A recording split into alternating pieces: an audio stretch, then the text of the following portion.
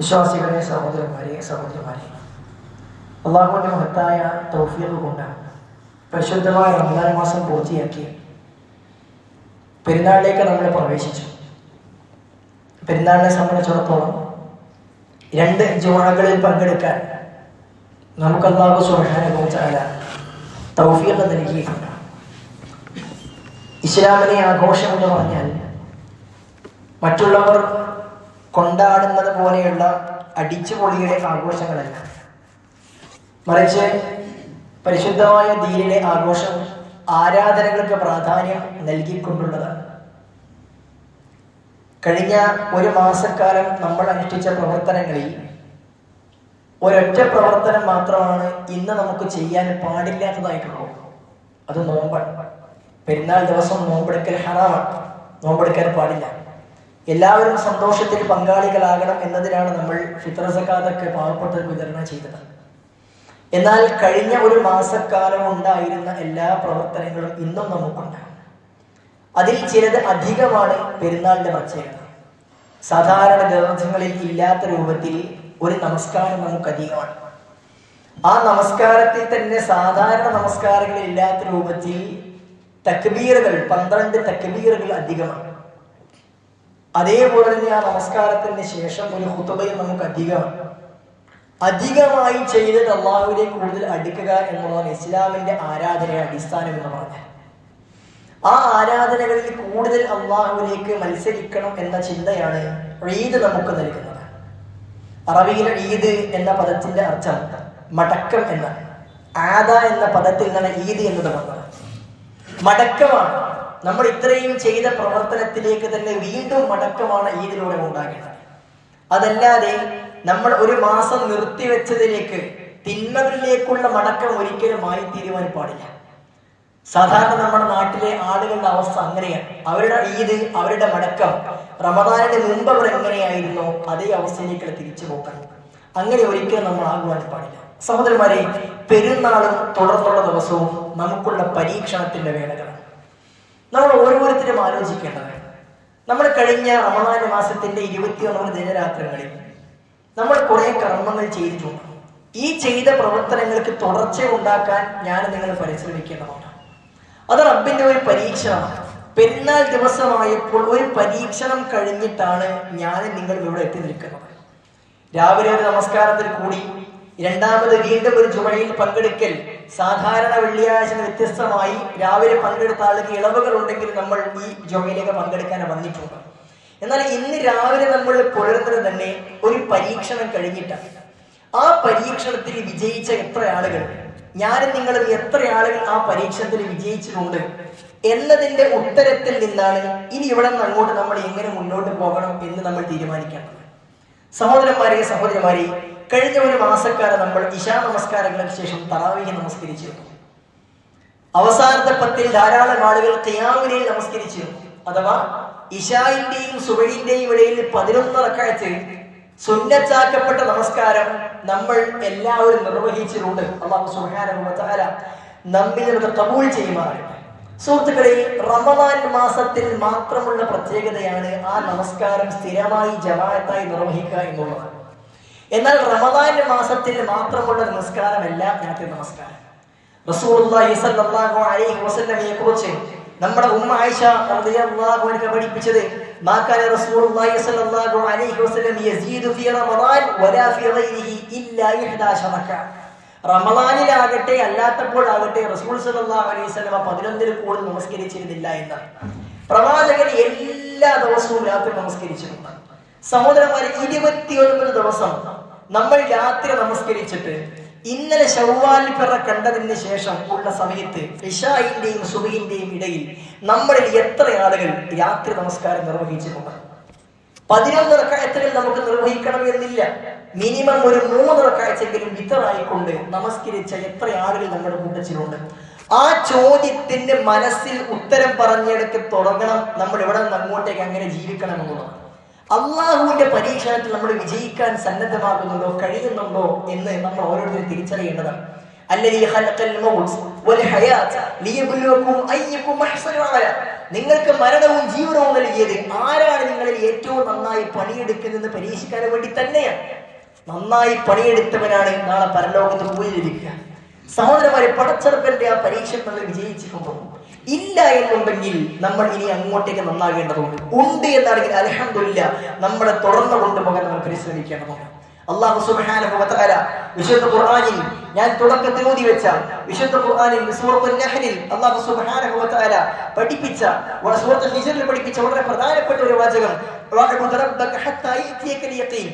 അല്ലാഹു സുബ്ഹാനഹു വ തആല ആരാധിക്കണം, വഅബ്ദു റബ്ബക, റബ്ബനെ ആരാധിക്കണം, ഹത്താ യഅതിയകൽ യഖീൻ, നിന്റെ യഖീൻ വന്നെത്തും വരെ.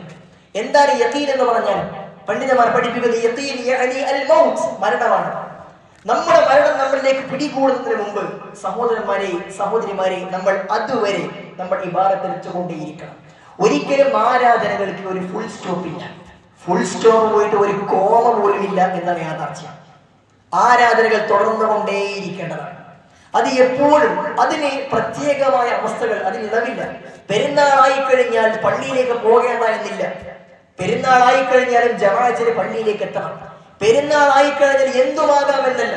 പെരുന്നാളായി കഴിഞ്ഞാലും അള്ളാഹുവിനെ നമ്മൾ ആരാധിച്ചുകൊണ്ട് പടച്ചവനെ പേടിച്ചുകൊണ്ട് തന്നെ നമ്മൾ മുന്നോട്ട് പോകേണ്ടതുണ്ട്. അള്ളാഹു നമ്മൾക്ക് എല്ലാ സമയത്തും നമുക്ക് പരീക്ഷണം എന്നോണം നമ്മുടെ മുമ്പിലേക്ക് പലതും വിട്ടു നൽകും. അതിൽ എത്ര ആളുകൾ വിജയിക്കുന്നു എന്നിടത്താണ് കാര്യമുള്ളത്. നമ്മൾ വിജയിക്കാൻ സന്നദ്ധമാക്കേണ്ടതുണ്ട്.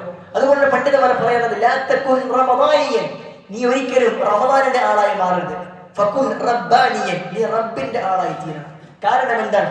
ഒരു മാസക്കാലം ഏത് റബ്ബിന് വേണ്ടിയാണോ നീ ഇബാദത്ത് എടുത്തത് അതേ റബ്ബ് തന്നെയാണ് അടുത്ത 11 മാസക്കാലവും നിന്റെ കൂടെയുള്ളത്.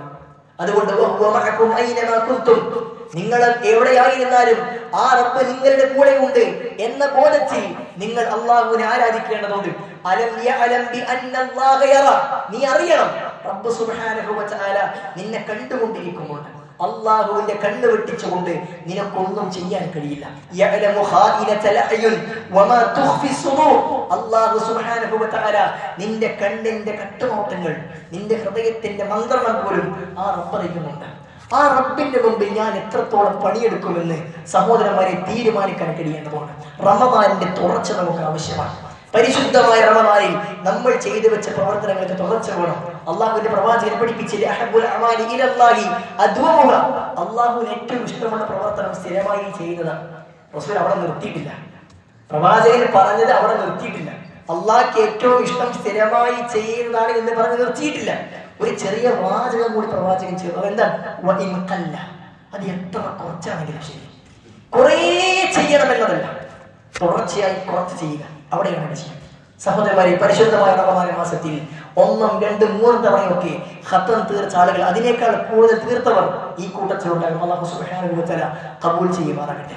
ഇന്ന് റമദാൻ കഴിഞ്ഞ് ശവ്വാലിലേക്ക് എത്തിയിട്ട് നമ്മൾ ഖുർആൻ എത്ര പേജ് ഓതിയിട്ടുണ്ട്? ഇല്ലെങ്കിൽ ഓതണം. നമ്മൾ തുടർച്ചയായി അങ്ങോട്ടേക്ക് സ്ഥിരമായി പാരായണിച്ച രീതി നമുക്കുണ്ടാകണം. കുറേ വേണമെന്നില്ല. റമദാൻ ഒരു ദിവസം ജുസ്ഉ പാരായണം ചെയ്യുന്നുണ്ട്, എന്നാൽ റമദാൻ കഴിഞ്ഞാൽ അങ്ങനെ തിരക്കുകൾ പലതും ഉണ്ടാകാം. നിങ്ങൾ ഒരു 5 പേജ് ഓതും, അല്ലെങ്കിൽ 2 പേജ് എന്ന് തീരുമാനിക്കണം.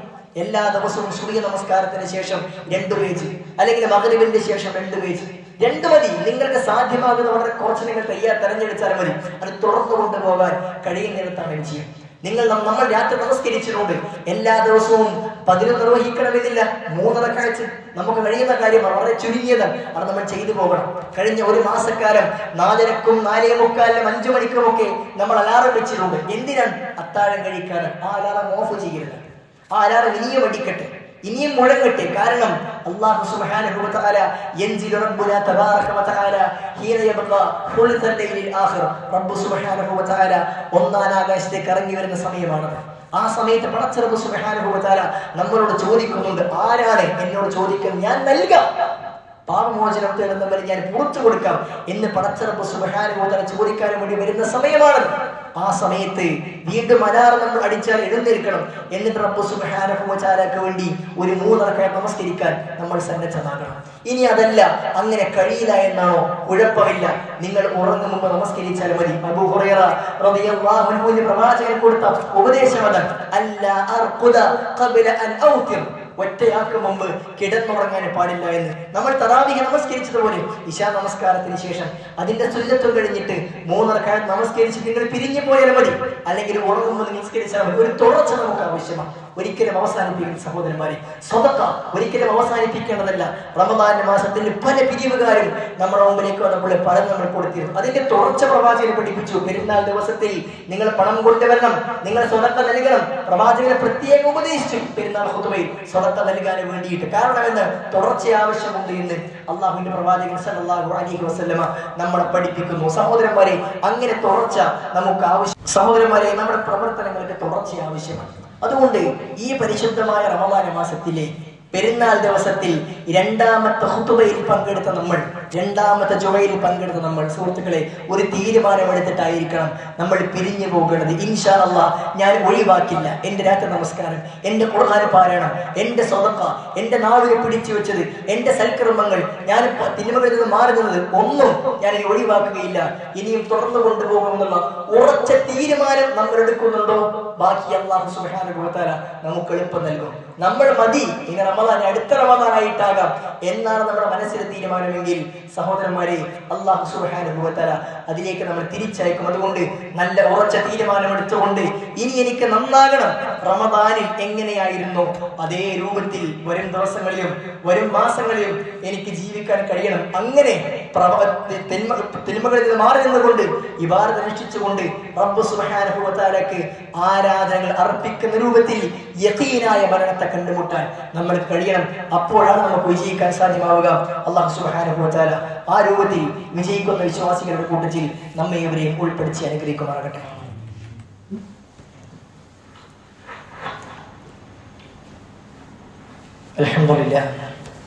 അൽഹംദുലില്ലാഹി റബ്ബിൽ ആലമീൻ.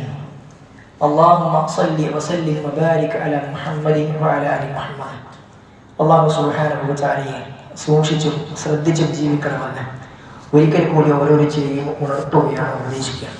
സഹോദരന്മാരെ, പരിശുദ്ധമായ റമദാൻ മാസത്തിൽ നമ്മൾ അനുഷ്ഠിച്ച കർമ്മങ്ങൾക്ക് തുടർച്ചയുണ്ടാകണം. അത് നമ്മൾ റമദാനോടുകൂടി അവസാനിപ്പിക്കരുത് എന്നാണ് നമ്മൾ സൂചിപ്പിച്ചത്.